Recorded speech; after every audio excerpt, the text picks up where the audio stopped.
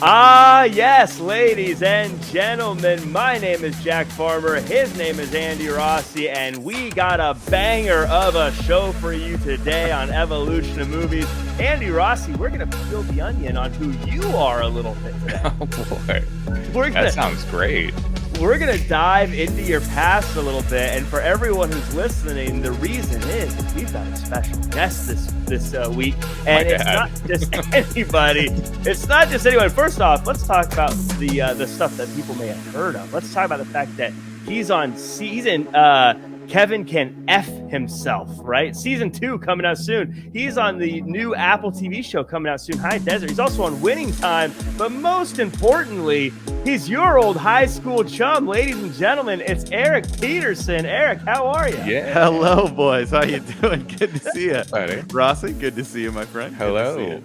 Yeah, so Eric, you're working on a ton of stuff, and we're going to talk about that, but I want you to spill the beans on Andy Rossi and his time in high school. What was this guy like? Oh, Rossi was the coolest. No, he was. No. We had some good times in high school.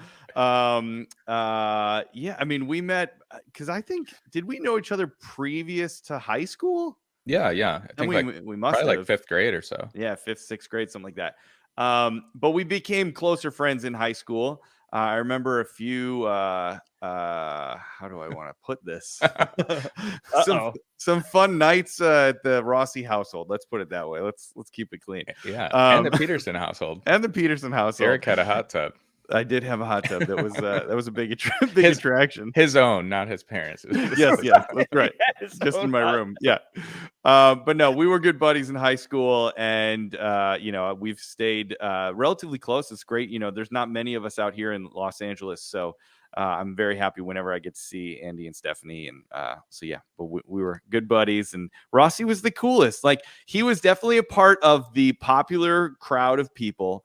But Rossi wasn't like the one, because we're going to talk about Can't Hardly Wait. Rossi was not like, Mike Dexter, where he was like a jerk to everybody. Rossi was really nice to everybody. He was like, there were members that were kind of walked around a little too big, too cool for school. But Rossi was always a solid guy, but definitely part of the popular dudes. He was he was cool for school. He was cool enough for school. Cool enough, just the right amount of cool for school. Yeah. Now, one of the reasons I'm excited about you to be on, not just so I can continually find out more about who this Andy Rossi character is, but you have some experience in the acting world. See, I just like to yammer about movies and stuff. I have no actual experience, but you and Andy, you've been in front of the camera before. Let's talk a little bit about the stuff you're working on. I mean, you got a ton of stuff. I'll let you pick. But Kevin Can, I'm going to say F himself. Sure. Yeah. But that season 2 coming out, you had mentioned Apple TV show High Desert coming out. But I think the thing that's kind of buzzing right this second is you were on Winning Time. On the Lakers TV show, the HBO show Winning Time. It was very fun. It was obviously getting to work with John C. Reilly was awesome. I got to shoot on that show for about 2-3 days. And a lot of our scenes were sitting at a table. So it was nice, like between takes, a lot of times we'd just stay sitting at the table and John would just start telling old showbiz stories, which was awesome because you forget that John C. Reilly has been a movie star for a long time. I feel like sometimes we remember like the Will Ferrell, John C. Reilly, which is like a phase of his career, but he was in like Days of Thunder and Boogie Nights and like movies from back in like the late 80s. So he's got a lot of great stories. So working with him was really cool, and being a part of a really kind of buzzy show was fun. I didn't have like a huge part. I played a banker who is basically giving the loan to Jerry Buss to buy the Lakers, and so I'm kind of like whining and dining and schmoozing with him at the Forum Club. But it was fun. We had a great, very good time shooting that show. So what you're saying is your character built the Lakers without basically without me. Possible. No Kobe Bryant. Basically, that's what I'm saying. Yeah. Well, lots of great stuff, and that's exciting to hear. Any stories from John C. Reilly that stood out to you? I have a story from the set. It's not about John C. Reilly. This is so embarrassing. But I'll give it just to you guys. So just us. Yeah. in the scene where we're in the Forum Club and we're kind of, whining and dining, and it's late in the night, the scene called for my character to kind of have like some, random lady with me, and I'm kind of, schmoozing her and stuff. But when you're the actual, you know, logistics of how these things happen are very awkward, because it's like, as they get to that part of the scene, they're like, okay, we need 2 girls. So they just kind of look to the pool of extras, and they're like, you and you. And then so they bring you over, and so there's no like talking really with these people. And then they're like, all right, now you guys are like making out, and like, and so it's very awkward, So I introduce myself. I say, hey, how you doing? I'm Eric. And I said, I'm going to put my arm around your shoulder. Is that okay? Yes. Okay, great. Okay.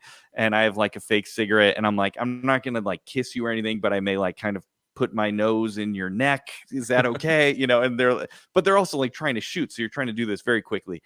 And this lovely woman was like, yeah, of course. Yeah, no problem. And so I said, okay, great. So they start the scene, and I'm kind of got my arm around her, and I got the drink in one hand and the fake cigarette in the other. And we're sort of going about. And because it's not choreographed and you haven't really rehearsed this, there was a moment where I kind of turned, and I think the cigarette was like in my mouth or something, and it bumped against her forehead, this actress's forehead.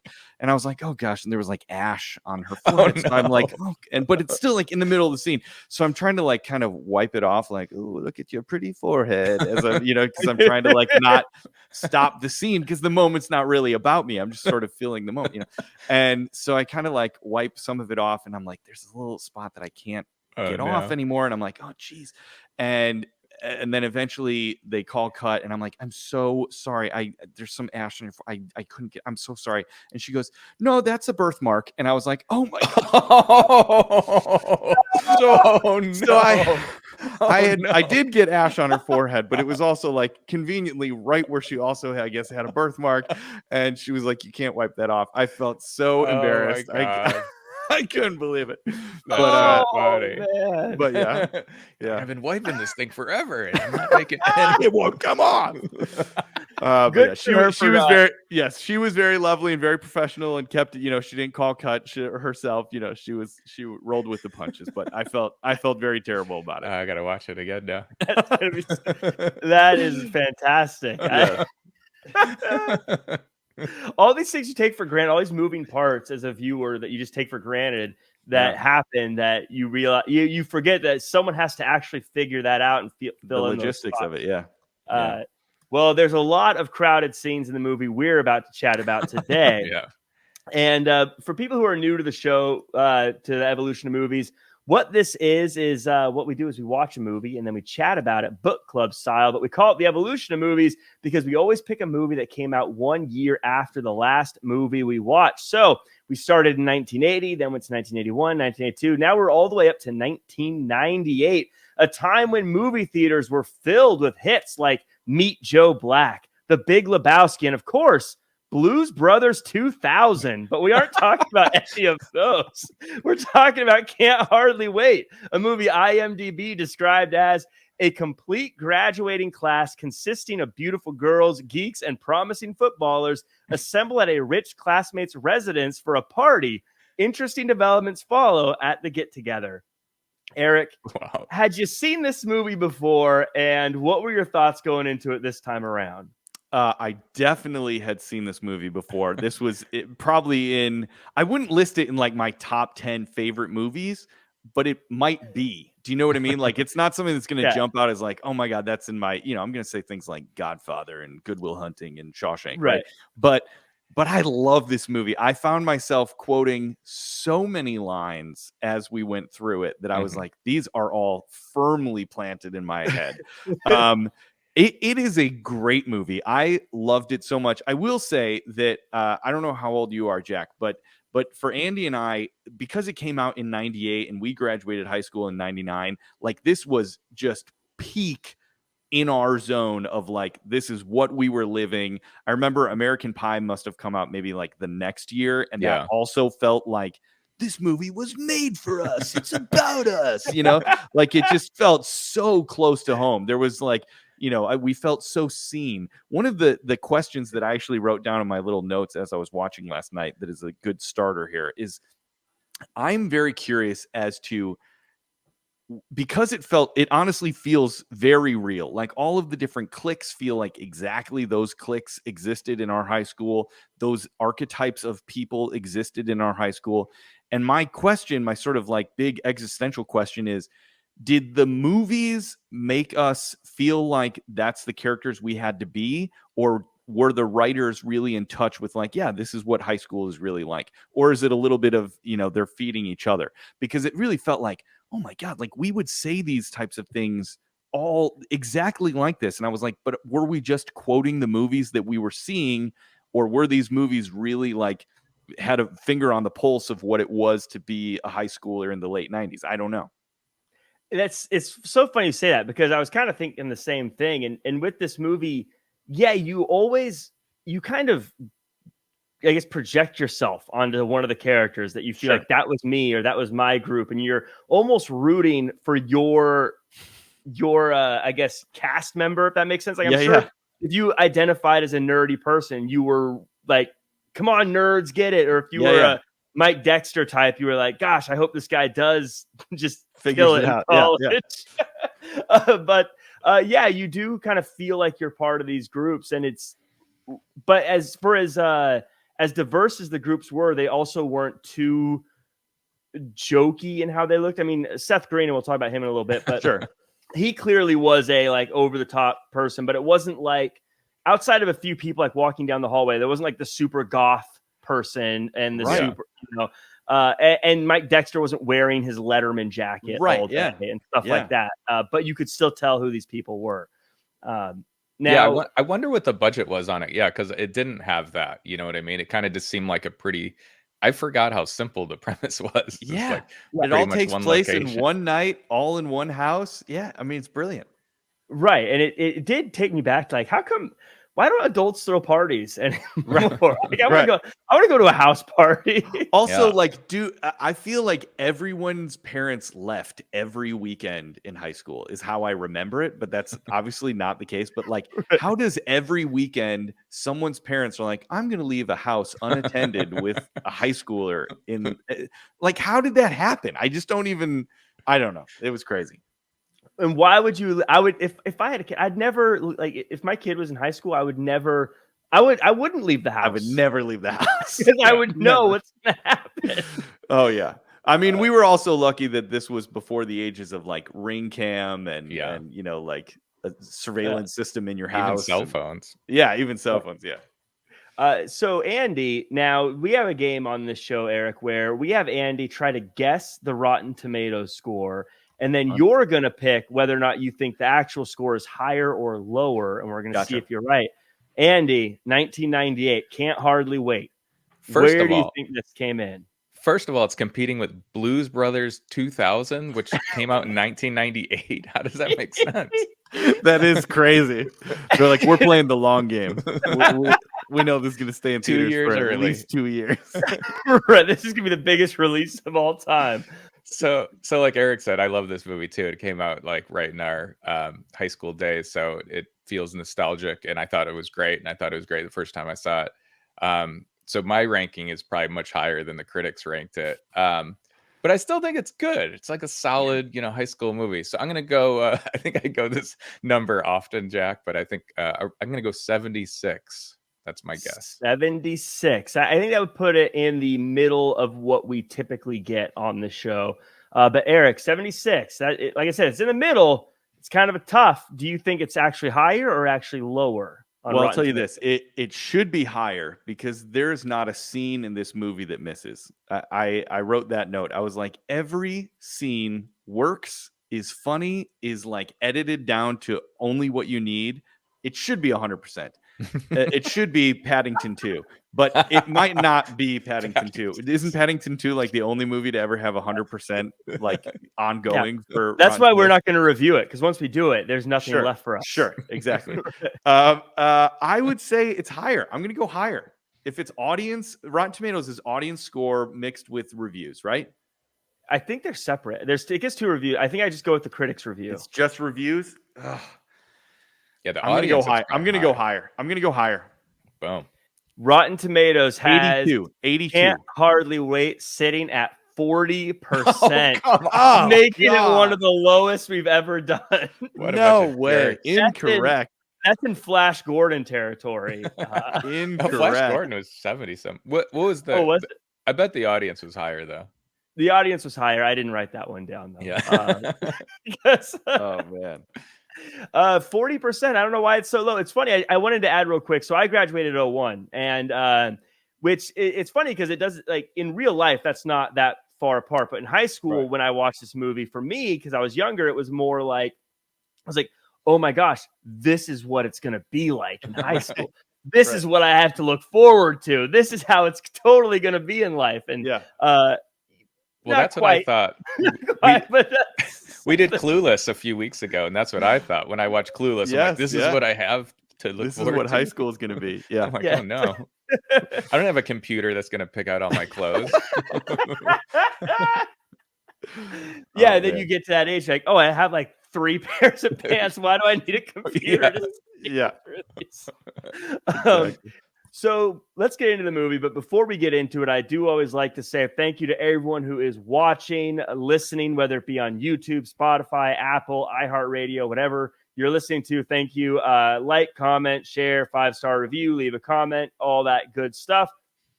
Let's chat all about this movie, shall we? Yeah. Let's do it. It's graduation day, and all the kids are talking about this party tonight. Also, everyone is naked under their gowns, apparently. Also, everyone is talking about how Mike and Amanda broke up. So Preston, like a lion in the brush, is ready to pounce. He tells Denise the story of how it was fate for him to be with Amanda, and Denise is all judgy about it. We're introduced to the rest of the characters, including a group of late 20-year-olds talking about graduating high school and how they're going to dump their girls now. Some nerds plotting to get revenge on Mike for bullying them, and Seth Green, who is talking with his homies about getting girls at the party. Preston and Denise pull up to the party and listen to Mandy. Eric, tell us about this world that we're going to inhabit and the characters that live within it. Well, I mean, first of all, we got to talk about how they have Eve 6 is. Do you remember that band, Andy? Oh, Eve yeah. 6. They were like a pop. I will choke on the band. Rhine. I will follow Yeah, my hand. absolutely. What the lack You got- thereof, let me empty is that. I don't know what any of the words are. That tells you right off the bat, like the feeling. It's like, boom, that gives all the information you need to know. And I love how, first of all, I love how they jump right into the premise. And there's basically, we were talking about this earlier, that the whole movie essentially takes place at the party. So there's like this little opening prologue, and then there's a little epilogue at the end, but essentially that's it. And I love how they sort of like spread the rumor of the party, like, oh, there's a party at this house. Oh, are you going? Yeah. And that's how quickly it happens in high school. That, like, I remember people in high school like trying to have a small get together, but Never. if like word gets out beyond your immediate group, it's like wildfire, and then everyone's just at your house, and you're like, how did you people find out about this? But so I loved that part. I love the way that they're like, Mike Dexter broke up with Amanda Beckett is just so good. Yeah, I mean, I thought that was good. I'm sort of going through my notes here that I wrote here. I'm jumping a little bit ahead. I don't mean that if this is breaking protocol, you just let me know. How But dare you? I want to know if you guys know that the teacher. So once there's the moment where Preston is talking about how he was in love with Amanda Beckett his whole life, right? And he's talking about how she showed up at the school and he was late for school that one day, and she had the same Pop-Tart, all that stuff, right? The woman who is the teacher in that scene, she got like gray hair. She was in the movie Grease. She's one of the pink ladies from Grease. Oh, really? She's No Jan. way. Jan, one of the pink ladies from Grease. And they only gave her that little role? And they gave her that tiny little role of the teacher who's like, who wants to show Amanda Beckett around the school? Which I thought that was great. Yeah. Did I answer your question? I don't know. I'm just going down my that's list perfect. here. That's perfect. It actually opens it up because, and Andy, I'll pass this to you. This movie that was a fun reference to someone who was from the past, but this movie, and Andy, we don't need to jump into it too far, but just so many people were in this movie that I was like, oh my God, it's that person. Like, Yeah. Andy, It was this great. movie was chock full of them. Well, my favorite character, well, I'll probably say that a couple different times, but Seth Green as Kenny Fisher is so great. I just love how each character, they show like their picture, and then they have music behind it. Like his is like Busta Rhymes or something like that. And they all have like a quote and what college they're going to. Yeah, it's so good. His was the best though. I wrote it down. It says Kenny Fisher, JV basketball, 1 game. And then his quote is "Picture me rolling, Tupac." Picture me rolling. And the yearbook thing was so clever because it instantly tells us everything we need to know about this person. But fits the vibe of that moment and this movie. And it was just such as a viewer, a very easy boom. And you see that one little thing of like Seth Green's name and stuff. And you're like, I get this person. I know exactly who this person is. Same with like Mike Dexter, Amanda, everyone. You're just like, I get it. I know who this person is. Because we're all just in high school. That's what we are. We're all just these like characters. We're all archetypes. Yeah, exactly. That's the word I'm looking for. Exactly. Something I loved that was very small was this the old school Game Boy getting played for some reason. I saw that. Put that in my notes. I was like, look at that brick. We used to Oh my gosh. Yeah. And so I also wanted to say, and Eric, I'll go back to you on this. And is it just me? And we'll probably talk about this a little bit more, but Preston is kind of borderline scary naive in this movie. I mean, it is crazy that he is madly in love with someone that he essentially has never even had a discussion with, a conversation with, right? And I did write in my notes later that I do remember feeling that like a crush on like girls that I didn't really know and had never really had a conversation with and being like, oh my God, they're perfect. But I don't know that I ever took it to like a 4-year, it's always been about her, but like never had a conversation with. But so yeah, he is a little like stalkery, a little creepy in his like obsession with this person that he's never talked to. You know, all in. Like he didn't have any other relationship. 100% all in. And you know, jumping to more the end of the movie, but like when she's like kind of a jerk to him, I'm like, well, I mean, you don't know him at all. Like, why should you be nice to him? You know? Yeah. But yeah, I thought you're totally right that he was a little stalkery. So we'll continue to. Was he in Empire Records? He was. He was also in one of my favorite movies, That Thing You Do. Yeah. He's the bass player in That Thing You Do. Ethan Embry. Stuck in my head now. Yeah. Great guy. Great actor. And he still works. Yeah. He's in Grace and Frankie. Yeah. If you look through just about every person in this movie, and I mean like every person, they've been working steady like for a long time. Yeah. And I like even like extras and people with one line in it. Yeah. Like I'll bring up like Marshall from Jason Segel. Jason Segel, yeah. Like it's his film debut. Selma Blair is in there. Selma Blair's in it.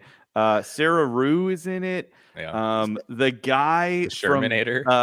The Shermanator's in it. There's a guy who was in The Hurricane, who's like the kid who was like writing to Denzel Washington in The Hurricane. He's in this movie with like one line. Melissa Joan Hart. And I read that like this was her like film debut. She was obviously already super popular with Clarissa Explains It All, but this was her first film. Yeah, they cast a bunch. Jamie Priestley is like one of the girlfriends who's like, you know, not a huge part. Which let's talk about her for 1 second. Eric, we went to the same high school. Yes. Jamie Presley did not go to our high school. Like she was like 27, like just hanging out at high school. This movie was very, very. They were fast and loose with the ages of the people. Age, yeah. Like 100%. The girls don't look like that. Yeah. Well, let's talk about getting to the party. Everyone starts to arrive at the party. Seth Green and his crew. Mike barges in, and the nerds get in position on the roof, along with some of the graduates from Clueless and their band. But it's Amanda and her slow motion entrance that catches everyone's attention. Denise makes fun of everyone and just seems like the worst until Preston ditches her to go talk to Amanda, but he chickens out. Seth Green doesn't chicken out. He strikes out instead, and I start to feel bad for the guy as the nerd starts to get a little tipsy at the party. I don't necessarily remember the names of a lot of these people. So that's right. The nerd and Seth Green. I never actually got their names. Kenny Fisher, you reminded me now, but he was Seth Green to me this entire movie. Andy, I got to tell you, because I know you like fun quotes. Seth Green with my favorite, Time is Honeys.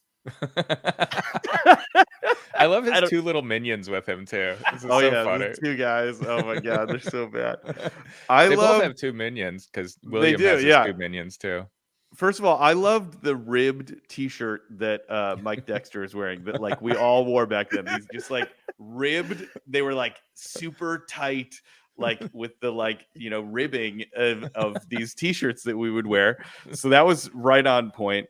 One of my favorite quotes is, Mike Dexter is a god. Mike Dexter is a role model. Like that. I remember saying that all the time. I was gonna say, is that who Andy was? Because he wasn't Mike Dexter. Was Andy the one that was dating Priestley? Jamie Priestley? Yeah, I would say that might be Rossi. I was gonna say, I love the guy that talks about the mirrors. Oh yeah, mirrors, yeah, and he's like, her parents have mirrors, man. But I also can we talk about the fact that the nerdy guy who our main whatever his name is, William Nerd. What is it? I call him Nerd. He's William. Yeah, William. You call him Nerd. He's Nerd. I literally call him Nerd. Nerd. I was Mike Dexter, apparently. Right. He doesn't even have a name. William, do you know that is the kid from Hook and Dick Tracy? I did know that. I'm bummed that he didn't do anything after Can't Hardly Wait. Didn't do anything after. It said that he was attending MIT while they were going to make the movie. They cast somebody else in that role for like 2 days and he was working out. And then they called up this guy and said, hey, can you come do this movie for, a couple months or whatever? And he left, did the movie, but then went back to like being a scientist or something. And knocked it out of the park too. And knocked it out of the park. Yeah. So good. But that guy is so great. What other notes I have here? I have Kenny Fisher, 92%. Yo, I remember him talking about like the odds of like getting hooked up with a girl was like 92%. Oh, it's so good. There's just so many great lines from this movie. Well, speaking of William, his two buddies, I wrote these down. It says, but William, you could get drunk. You could get addicted. That's a great line. Oh my god! He's so earnest about it too. Yeah, you could get addicted. Those two guys are great. Don't worry, I have this chart that will make sure I don't have too much. Yes, yeah. Oh my god, I love when he drinks the beer and he goes and he spits it out. He's like, "Don't drink the beer. The beer has gone bad." I swear to you, any party I've been to as an adult, which is not many, but if I've been to like a large group party and they have a keg of beer, I always quote that after my first sip of beer from the keg. I'll go, and you spit it on the guy next to you. I'll be like, don't drink the beer. The beer has gone bad.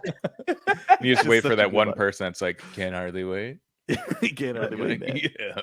But I think I want to kind of circle back to what you said, Andy, about how everyone has their little minions. That is kind of high school, though. No one looks and acts a certain way by themselves. They always have a couple people that are with them that have the similar style and similar vibe to them. And there's always kind of that leader of the group. I think that seemed good. Oh, sorry. I was just going to say, speaking of leaders, the leader of the girls, at least, is Amanda Beckett. Her entrance I laughed so hard because I remembered it. I remembered it was Six Underground. I don't know how I remember the song, but I thought it was like more of like a cool entrance. I was telling my wife, I go, she looks lost. Does she not know where she is? She like comes in and she's like just looking all over the place. I'm like, does she know she's in a party? Like, I don't know. It's just kind of a funny entrance. Yeah, I'm glad you said that because I thought the same thing, and I realized I was actually remembering Not Another Teen Movie making fun of this, not the actual movie version. Because in the movie version, in that one, they have like the wind and everything else. Where this one, I was like, oh yeah, she just kind of walks in. Yeah, but it's like you're totally right that she was oddly like, where am I? I don't know. Which I think was a little bit of Jennifer Love Hewitt's kind of like acting style. And can we talk about the fact that I would say everyone other than Jennifer Love Hewitt is acting in the same movie, right? They all sort of get the tone. But I do feel like Jennifer Love Hewitt really took this part very seriously. Like there's some scenes where she's like really acting and I'm like, it's not that deep. You don't have to make it that deep.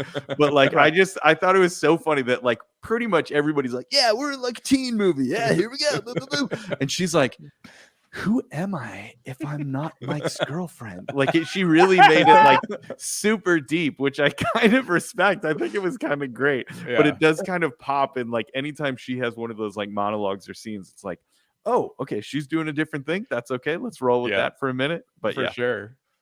I've got a few things. I've got a few bones to pick with old JLH, and I'm gonna get to it later. But I do want to say something. And Andy, I know as a DJ, you'll appreciate this. This movie, I didn't count, but I would estimate about 900 songs on this soundtrack. This movie, like every 5 seconds, was a different song playing in the background. Which one is what it's like at a party, but two. Was this had to be like a 5-disc set when they released the soundtrack? I definitely had the soundtrack.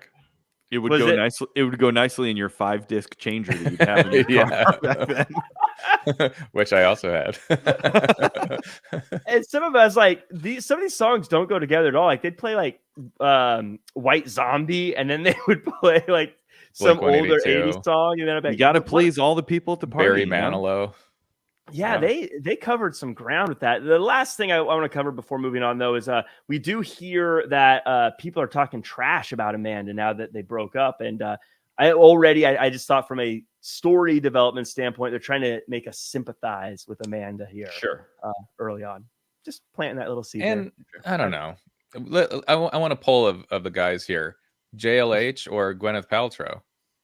I go Jennifer Love Hewitt.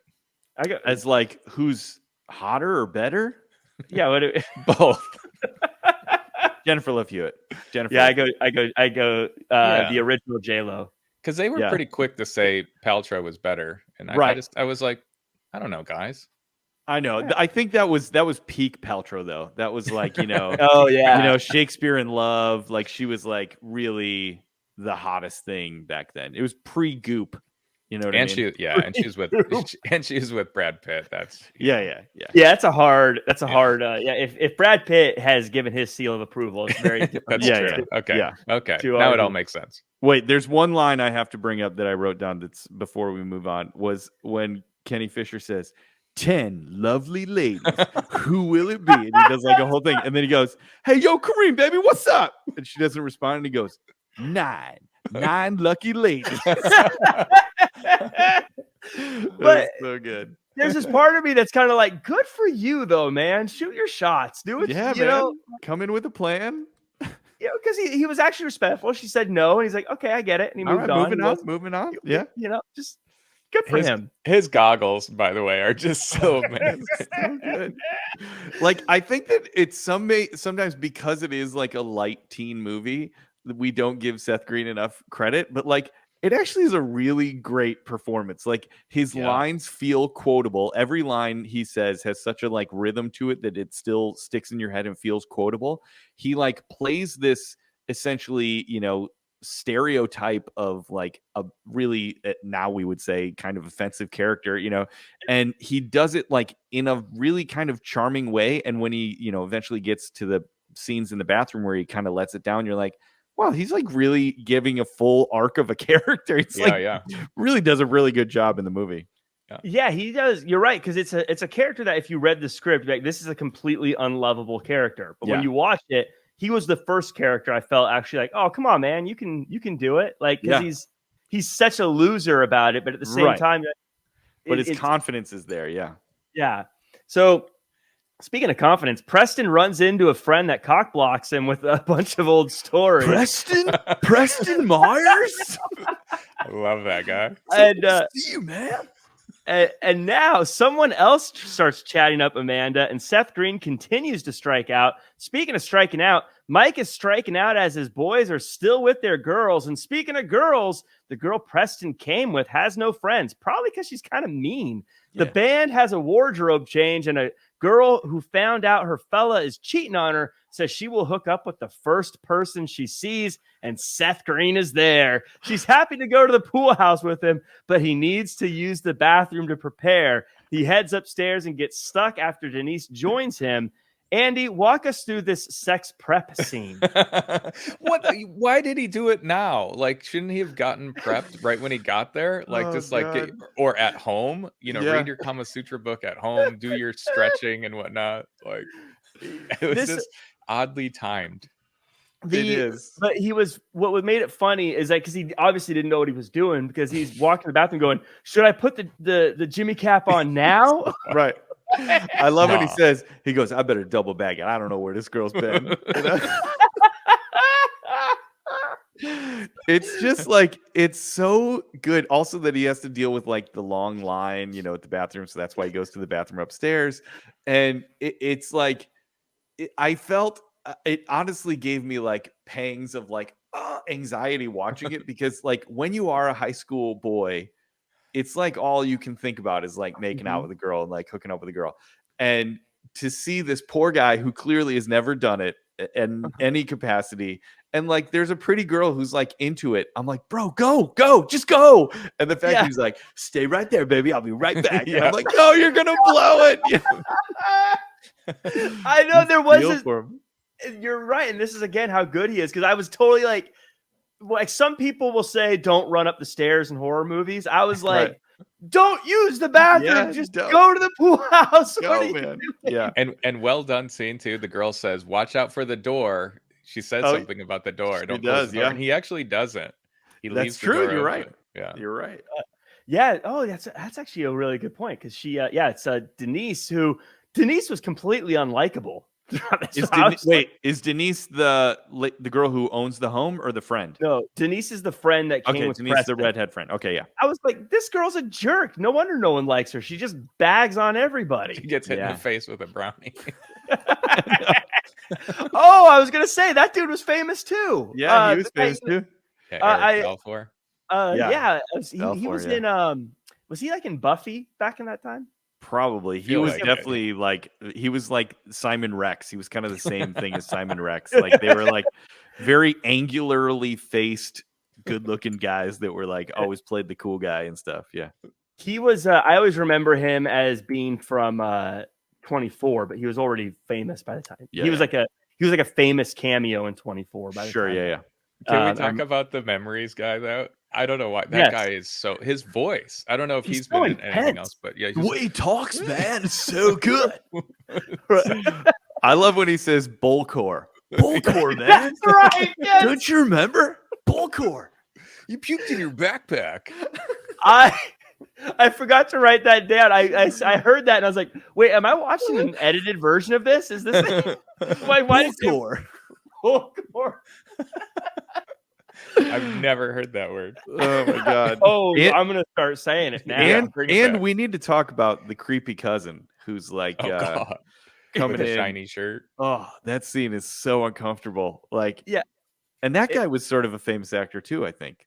Yeah, I've definitely seen him too. Yeah.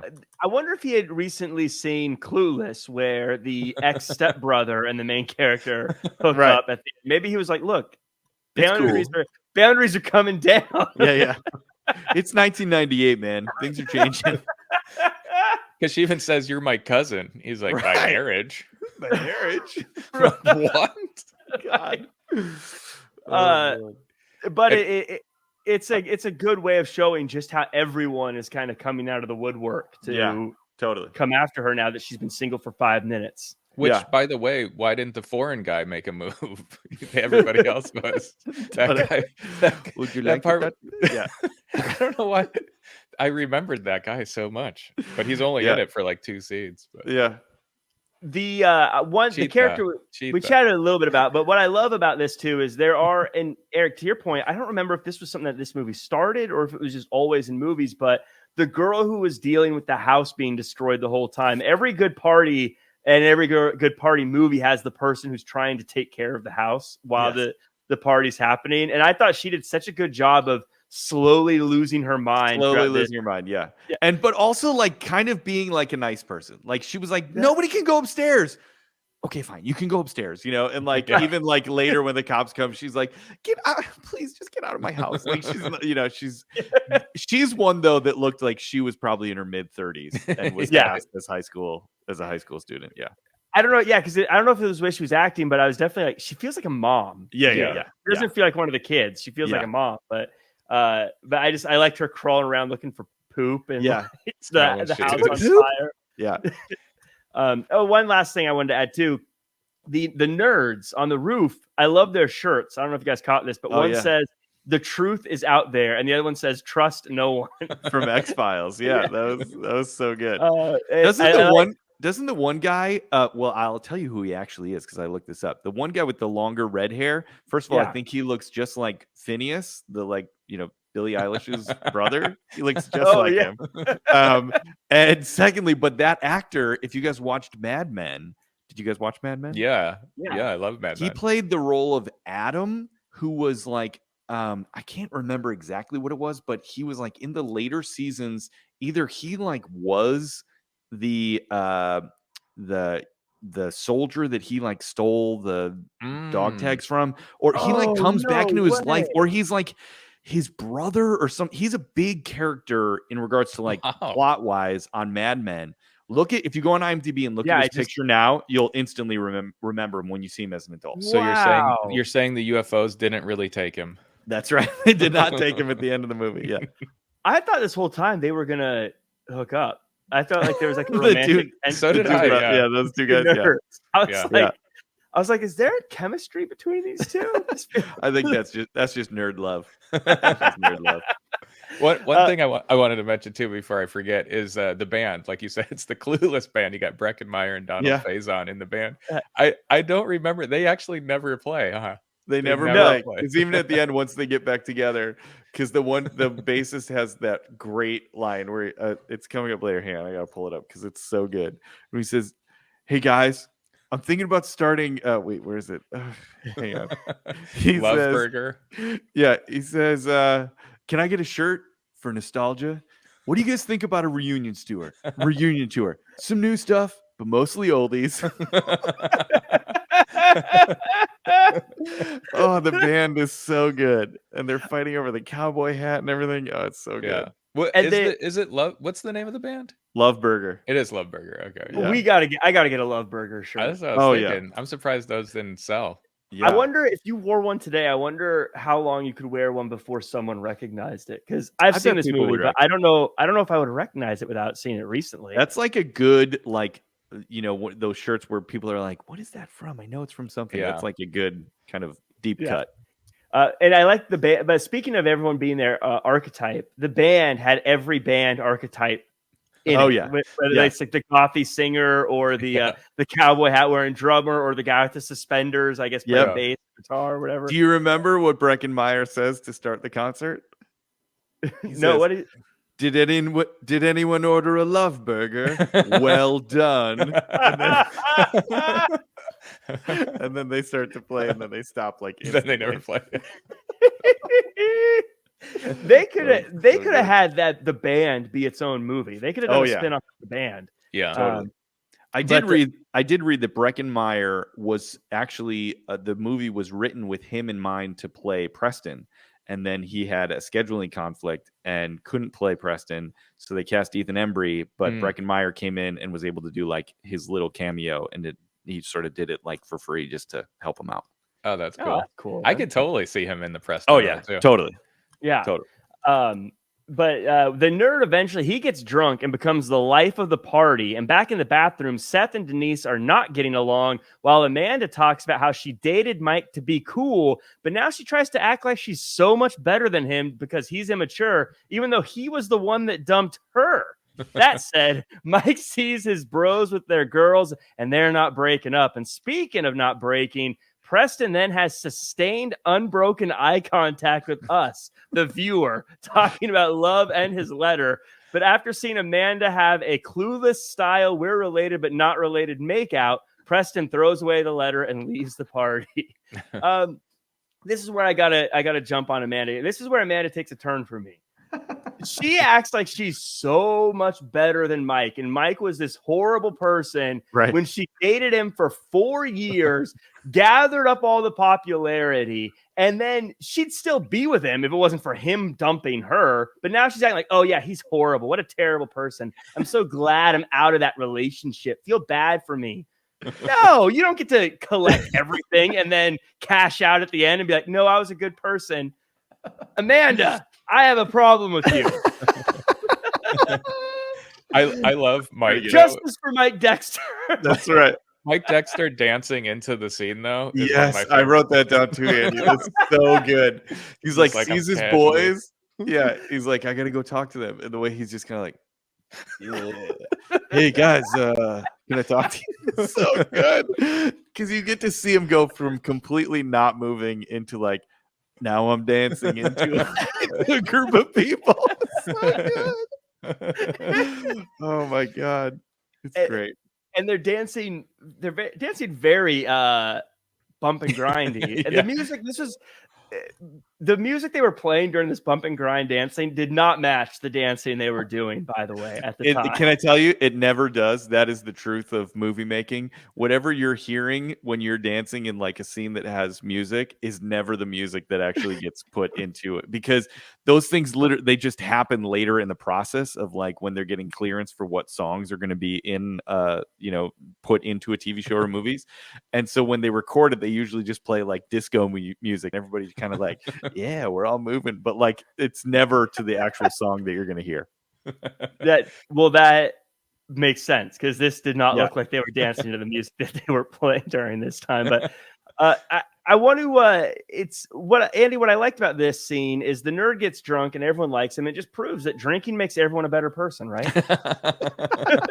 Yeah, I think that's the lesson learned here. Get drunk and then you'll sing and you'll save the day, because the band wasn't going to play. So that's right. I can't feel my legs. I have no legs. Great moment, by the way, because it's such a moment of, and I think it was actually earlier in the movie that he said it, but it was because I think you have that moment sometimes when you're at a place, you're uncomfortable and you don't fit in, you have a few drinks, and then I felt like that was that moment of him going, "Oh, I'm partying. It's on. I feel now. good. Yeah. It's on." Yeah. And I think he like throws his little thing away. Yeah. It's so well, I want to double down, Andy, here with Mike. Not Mike. Preston, staring at the screen, telling us about love. He creeped me out a little bit. Preston creeps me out a little bit. Yeah, he kind of is. He kind of is, and it's funny how he realizes he's not so original. Like that one guy holding all the whipped cream. He's like, what does he say? He's like, "Time to get freaky," but he's like running out. But he's that's like, that's the kid from Hurricane. Oh, that's the guy. Time to get freaky. I mean, such a memorable line, but it's just like he's trying to shoot his shot. Jason Segel's trying to shoot his shot with his want some watermelon. Like, I feel like everybody's trying to do it, and Preston, they're all trying to hook up with her. The cousin's trying to hook up with her. So. The cousin did the best job, really. Yeah, he got I mean, well, okay. Eric, am I off base here about Amanda? I mean, come on, like. No, I think that she's done nothing to win. Like, she hasn't proven that I'm supposed to like her yet. True, but I do think that she is, in a little bit of defense of Amanda, I think she is saying, I think it's a little bit less of like, I think she thinks that Mike is a jerk, but she's also having a self-realization moment of like, whoa, what have I, used all this time for the last 4 years with this guy that I didn't really like, I just was with to be popular, and if I don't have him, like, who am I? Like, what am I? I think she is a little bit more self-reflective as opposed to just being mad at Mike, but in a little bit in her defense. It is. That's kind of a good response, because as you're saying it, I'm realizing I can't really describe Amanda without saying she was Mike's ex. Right. And I think that that's what she's saying, is that like, and I do think that a lot of people in high school, frankly, they fall into some sort of clique, and just because it's what's convenient or whatever. And then by the end of the 4 years of school, they're like, was I really this person? Was I somebody that was in this clique? Did I want to do that? But then the 4 years are over, So I think it's a relatively realistic character. There's something like, did I really like ska that much? Right. Yeah, exactly. Did I like the Mighty Mighty Bosstones? Is Smash Mouth a good band? Right. Was Zoot Suit Riot really that fun to dance to? I don't know. Yes, it was. Zoot Suit Riot. So, okay. I'm gonna play that song when I'm done here. I'm gonna put on my Zoot Suit and get my incredibly long wallet chain. Yes. Which Seth Green did have. Yes, he did. Seth Green had everything. Yeah, every Oh my God. accessory. Wait, So- can I say something? I have to say something here. This is about where I'm at on my notes. So when William is talking about the salt on the pretzel is like the salt is like the stars, Yeah. right? And he's talking about salt and stars, right? Literally, as he said the word stars, I was watching it on Stars last night. Oh. Stars like the network, and their logo popped up right as he said stars. I'm not even exaggerating. Like it was, he goes, "It's like the stars," and then it came up, and I was like, "Is that just on accident, or was somebody at Stars like, hey, we got to put the logo in. Let's put it in right here." There. You know, Yeah. and I don't know. I'd really love to know because it made me chuckle when it happened. There's probably some unpaid intern that was just over the moon that they He's so did proud that, of and that, you're the yeah. one person that noticed it. We noticed it. They're gonna be the person that like one of our 15 listeners that Yes. goes, "Oh my goodness, someone noticed." Finally, Thank you so much. appreciation. So Seth and Denise argue, and they realize that they both have things that they can work on, and the letter finds its way into the party, and Amanda reads it, sending her on a quest to find Preston. Preston tries to figure out how fate works, and while calling to confirm the true meaning of the song Mandy, a stripper angel calls him a loser and then tells him all about Scott Baio and shooting your shot. Meanwhile, the band breaks up, so the nerd does Guns N' Roses karaoke. Andy, I can guarantee you the kids singing karaoke Guns N' Roses would not end in applause. You think? I don't know. I thought I he think did a if great you're job, that though. intense and you're that committed to it, it might get applause. Especially when he like flies up like a wolf man after he like passes out, because he sees some boobies and he just dies for a second. And he just flies up. Oh my gosh. Maybe he's a better singer than I thought he would be, but I was like, dang, Except, you're right. Though. Except that he's singing it down the octave. So it's supposed to be like, take me down to the paradise city. And he's going, take me down to the paradise city where the grass is green and the girls are pretty. So he's not even really doing it justice. Right. Well, I just imagine if you've ever been at a party and someone's yelling into the microphone while you're dancing. I'm trying to imagine, like, oh, karaoke doesn't work out usually well, but I thought it was a fun scene and it made the party look like it was incredible. I do want to say, and Eric, this is one of the things I love about evolution of movies is we look back at old movies and it makes you go, oh yeah, that's what it was like back in the day. But this really hit me hard when he had to call the radio station to find out what the song Mandy was about. Because I was like, oh my God, he can't look it up. He'll never know. On Google, and he doesn't have a cell phone. Yeah. Can we talk about the fact that, first of all, the character that Jenna Elfman plays of this like angel exotic dancer, right, is, first of all, I noticed there are some great monologues in this movie. If you are a listener and you're like in an acting class, there are actually some really great full arc monologues to choose from in this movie. And she has one of them. But the fact that she just hung up on a stranger's phone call because she felt that her emergency was more important, and I know they say that the two other phone booths are broken, but she's coming from far away. I was like, how do you know that they're broken? Why weren't you on that phone call? If that's the only one that works? That was I was never that mad at Amanda. I was mad at the angel character. I was like, you can't just hang up on somebody else's phone call.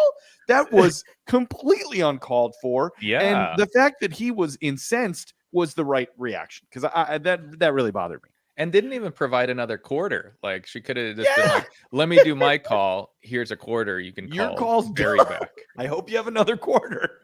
Yeah, maybe she gets dumped off that spot often, and so she just knows. I guess. But I like, you're right. I think it's if you ever find yourself outside of a phone booth, don't hang up on somebody. No. You're right. I wrote in my notes that her monologue might be the best part of the movie from a like performance, like monologue standpoint. It was, she was incredible in this for a one-off, just I'm an angel one little stripper. scene. Yeah. And Preston had a good monologue too, which was like all about Amanda. Then you got the foreign guy that's like, I forget what he says back, but he said, do you want to touch my penis? Is that what yeah. Totally. Which was a fantastic way to break that. Like, this is serious and love, and then he says that, and you're just like, glass shatter, we're back. Yeah, we're back into the party. I also noticed in and around this part that the soundtrack is so perfect for the vibe of that time. I think I'm not 100% sure, but it sounded like an REM song was playing, and it just made me think that two things. One, that I feel like high school nights felt like they lasted so long. Like it felt like you'd go out with your friends at 7, 8 o'clock, and it seemed like they were just hours and hours, and they were so long and epic, and different things would happen, and they had different feelings and stuff like that. But I know that like I was not out until the sun was coming up. Like I was out, I was home by 10 or 11 or 12, I mean, maybe 12 when I was like older. And I was like, how did it feel so long? And like those high school nights just felt so long. And now when I'm an adult with kids and stuff, I'm like, by 8 o'clock, I'm like, oh my God, I'm tired. And like, or if I'm like doing stuff, I'm like, this night went so fast. So that was something that was interesting. But the REM song really, to me, felt like that later part of a high school night where you're like, the night's almost over, but this is more the like kind of quieter contemplative time where we're like, what have we gone through and what have we learned tonight? It just was, I was like, this is the perfect song to catch that vibe of what that part of the night is. And I think they play that song again at the train station. I think it's the same song. It's like a very like, okay, now we're getting into the real. Now we're stuff serious. Here. Yeah, totally. But I wanted to say sorry. My favorite character is Seth Green. Favorite cameo when Jerry O'Connell comes in as Trip McNeely. Trip McNeely. We're gonna get into that. That didn't happen yet. Okay, yeah, right. that actually happens next. So, Denise and Seth Green start to become chums and eventually start kissing. And outside on the swing, Mike gets a glimpse of his future talking to Jerry O'Connell, and that's the only name I give him. So he goes looking for Amanda and tries crawling back to her, but Amanda shuts him down. Then she shuts down Preston also. Then, after going into a bathroom with two ladies, the nerd gets back to trying to get revenge on Mike, but Mike has a moment of weakness and admits he's a loser. Meanwhile, Clarissa/Sabrina asks Amanda to sign her yearbook, and Amanda uses it to find out who Preston is, and that Preston is the person she just yelled at. We then get a montage of mended fences. Mike and the nerd apologize. The bands get back together. And Andy, walk us through this Denise and Seth Green sex scene. Well, it's about right. I mean, high school. I mean, how long do you think the poor guy's gonna last? She's like, it's longer, But you were gonna say before I cut you off, tell us about old Jerry O'Connell. What was his name? Trip McNeely. He's so good. And I know that this character definitely existed in my, where I grew up. The guy that comes back from college and you're like, oh, that you were cool in high school. Then he's like, well, turns out I'm not. He's got like a toe fungus. He's farting and burping. I don't know. Oh Jerry O'Connell, I felt like it was this kind of like, hey, man, here's your one scene. And he just goes, all right, I'm just going to attack this thing. It's so funny. It's so good. First of all, the name Trip McNeely is like the most perfect high school name of like the cool guy that was older than you. And I love that he goes, Trip McNeely, you were a sexual icon, man. He calls him a sexual icon. I remember, Andy, when we were like in high school, because we loved this movie so much, whenever if we went bowling and people would put like fake names, up on like on the Jumbotron or whatever, when you're like putting in your name in bowling, one of our friends would always put Trip McNeely. Like, somebody always was Trip McNeely. Such a good name. And if you notice, his fraternity that he's in is Delta Iota Kappa, which is Dick. Which is I didn't catch that the first I caught it yesterday. Such a great little and he just looks so lost, and like Jerry O'Connell's like a little bit overweight, and you can see how he was like probably the coolest high school guy, but now in college is like just a run-of-the-mill, dime a dozen guy. That's such a great scene. And now he's like, yeah, they're all pre-med in college. They're all pre-med, yeah. It's like, it's such a good glimpse into the future for old Mike Dexter. Yes. But this is where we get Marshall. And again, I was way too excited for Marshall. But I was and again, that scene is one of, I quote that scene maybe more than any other of this movie. Like whenever somebody says, hey, do you know so-and-so? I always revert to this like, yeah, he's got like hair and he Kinda wears tall. t-shirts sometimes. And like I love to do that. It's just so, and that's Jason Segel. When she repeats it though, it's funny. She's like, okay, so he's kind of tall, wears t-shirts, sometimes. It's so good. This is where, again, I got a little crabby at Amanda. Maybe this is because of the way the movie was built. But she's so mean to Mike as he's saying, I made a mistake. And I get that we're supposed to know he's a jerk, but I've not seen them interact in any way that would make me think that she should be so mean to him. That is true. But so he did say, a man, duh. That is the best line. That is the best dumb put down. It's like the best dumb, like drunk guy. Okay, a man, duh. And he thinks it's so good. Oh my Pretty God. clever. So and you're right there, Eric, what you were saying earlier about Jennifer Love Hewitt's acting, because he's ridiculous. Such a fun character to play. And then she's just like, somebody. Oh, yeah, you got me there, Mike. Yeah, she's like so serious. She's just doing a different movie, Right. Great. Well, the police eventually show up and everyone scatters, finally ending the party. The nerds get their revenge on Mike, and Mike takes all the heat for it when he and the nerd go to jail. But ultimately, Mike goes back to his old ways and the nerd gets shoved away. Seth Green and Denise make up and break up and make up again. And the 4-letter word fate creeps back in as Preston is about to get on a train. But Amanda is there, and she says she loves how much Preston loves her because that's literally all she knows about him, and they stay together forever. Also, the nerds get abducted by aliens. Oh God! Just an aside. That's the side. They get so. It all winds down, and I love how this movie ties a bow on such a random movie here. Yeah. And I love it. I love this is what happened to him afterwards, Eric. I love those little this is where the epilogues. Yeah, those are great. Every movie had that. Yeah, it is really nice because it just gives you a real sense of closure. And, I would rather, frankly, have that than the movies that are like, it's up to you how it ends. I'm like, no, you made the movie. Tell me how the story ends, Yeah, it's your job. I bought a ticket. I paid you to tell me how this ends. Exactly. I love when the cops come and they're playing Blink-182, Damn It, which is like, of all of the songs of that time period, that was like the most just great banger song. The guy, the kid who steals everything, the klepto kid, steals a police car, which I think is great. I love speaking of the scene with Denise and Kenny Fisher in the bathroom. I noticed something. There's a line. This is maybe a little bit back, but she says something like, "You're the one who stopped hanging out with me in junior high because you thought you were too cool," or something like that. But they clearly were very good friends when they were younger.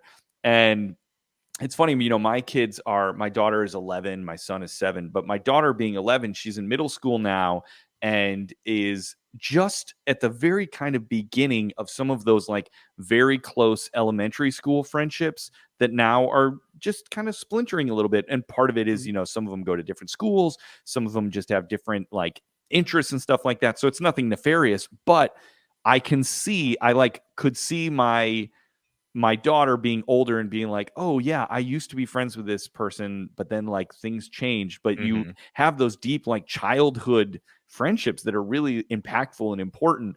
And to see, I just thought the way that they navigated that sense of people that you're very close with when you're younger and you still are surrounding them at school, but you're just not close with them anymore.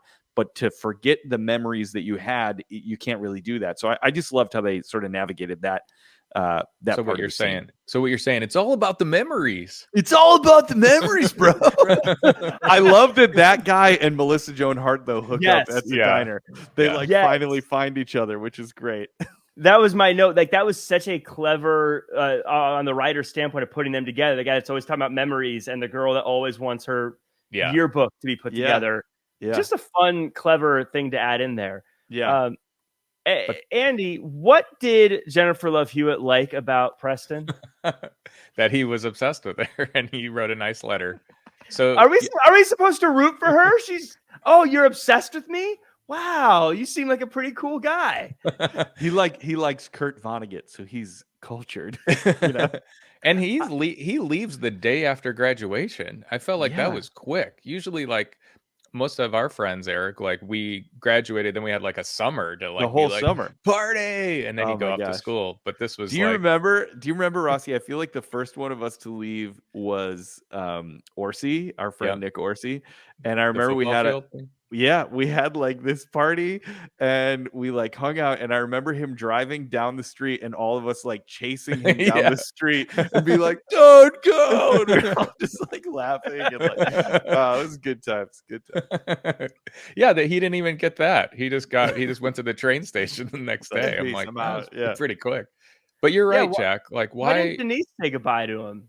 She's a jerk. Everyone's a jerk at the restaurant. At the restaurant. Well, I was gonna say, speaking of jerks, but kind of, I guess, good for his character is Mike Dexter with his.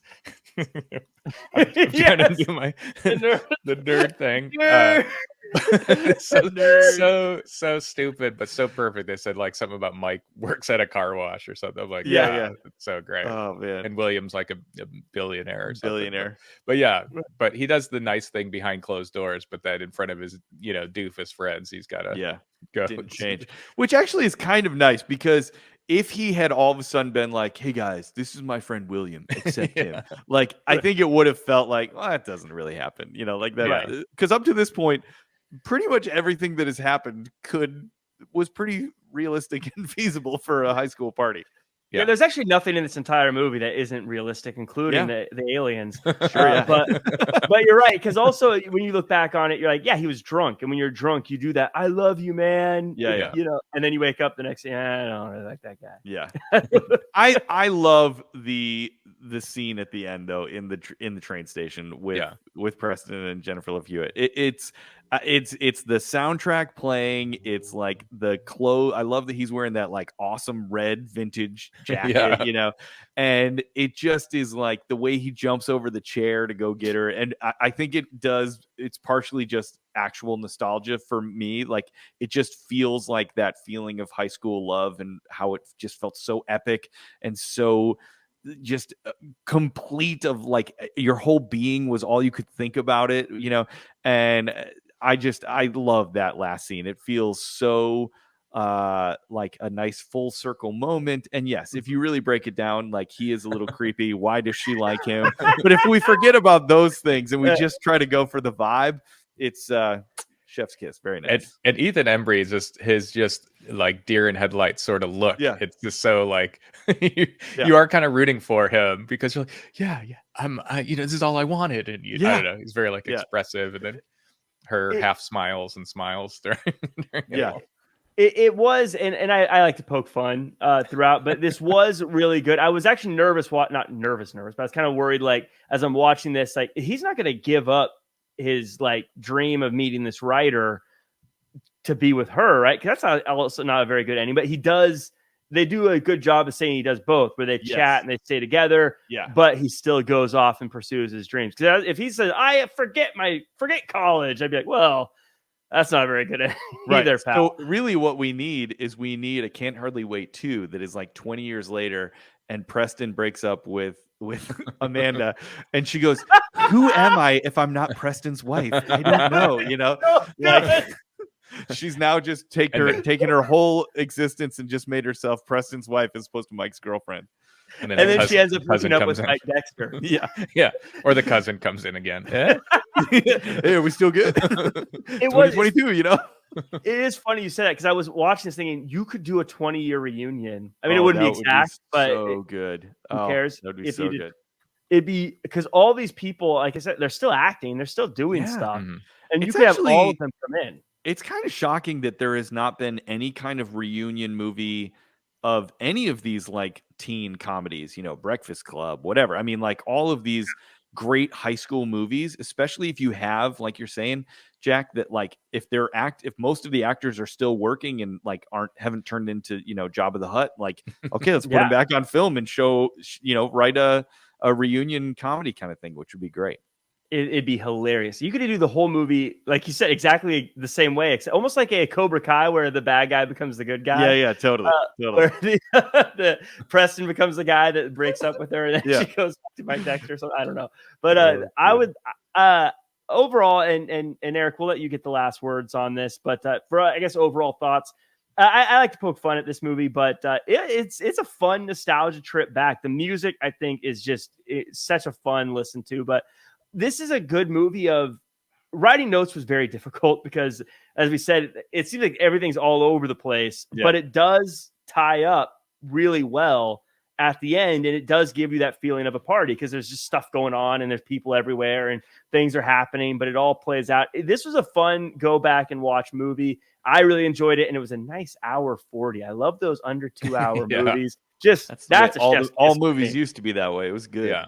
The good old days. So I liked it. I enjoyed going back and watching this. It was fun. And I had a good time, Andy. What about you?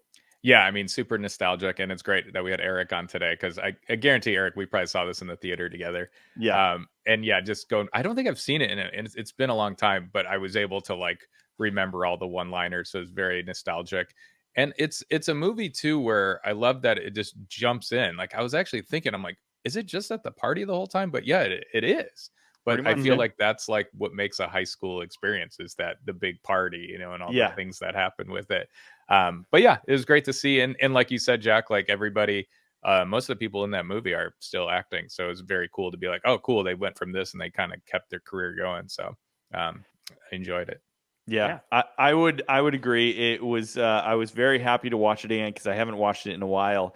And I love seeing all the young actors, even and like making the most of like a one-line part. Like there's the girl who is like clearly like I think she's listed as Earth Girl. It's an actress, Sarah Rue, who like works a lot, and it's just like she's like, cutting up the pop, soda container things, so the dolphins do, but like she had essentially one line, and was able to like really make it memorable and like show that she was a good actress. And I was like, that's just sort of also a nice cue for actors to know, like, all it takes is one line. If you commit to a character and like do a good job, you can do good stuff and be memorable.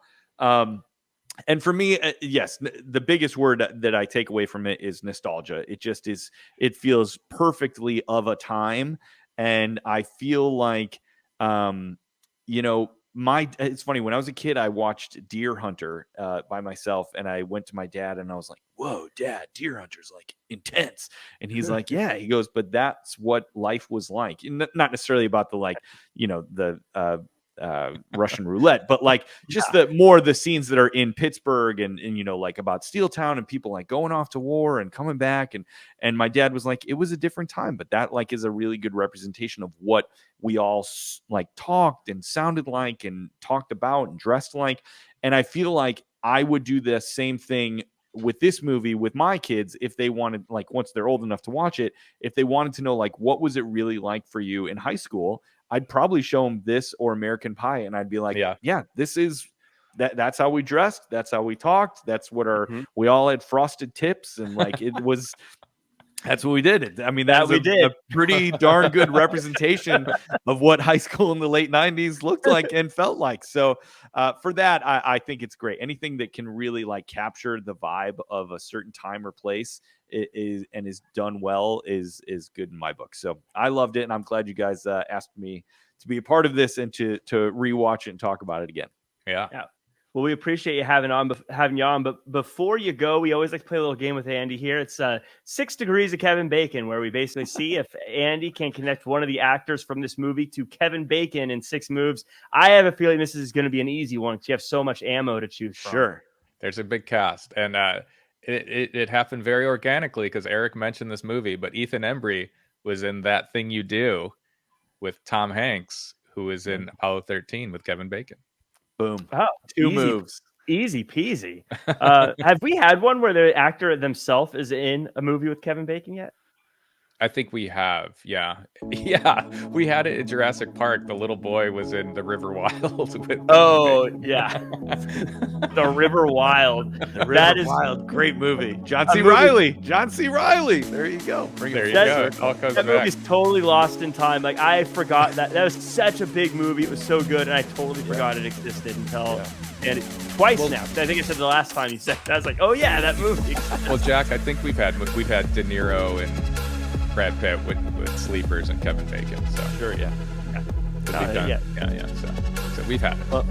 Well, that does it for this episode. Our next episodes, we're going to 1999 to discuss Deep Blue Sea. Then we go to the year 2000 to talk about Way of the Gun, and 2001 is Training Day. So we've got some interesting ones coming up. Very interesting variety. But Eric, thank you so much for being on. Of course, for anyone who's listening, you can follow me at Real Jack Farmer across all social media. Andy, where can the world find you? You can find me at Just Andy Russi. And Eric, where can the world follow you and keep up to date on all the stuff you've got going on? You can follow me on Instagram, which is at Eric Pete, ERICPETE, or you can follow my fashion Instagram if you're into fashion, which is at The Portly Gentleman. Is my fashion Instagram. I always like to plug that, so you can definitely follow me those two places. Definitely, everyone follow both and keep up to date with this guy. Eric's doing a lot of stuff, so you're going to want to stay up to date with him. Thank you, everyone, for listening, following, liking, commenting, sharing, subscribing, all that good stuff. And we will see you all again next year.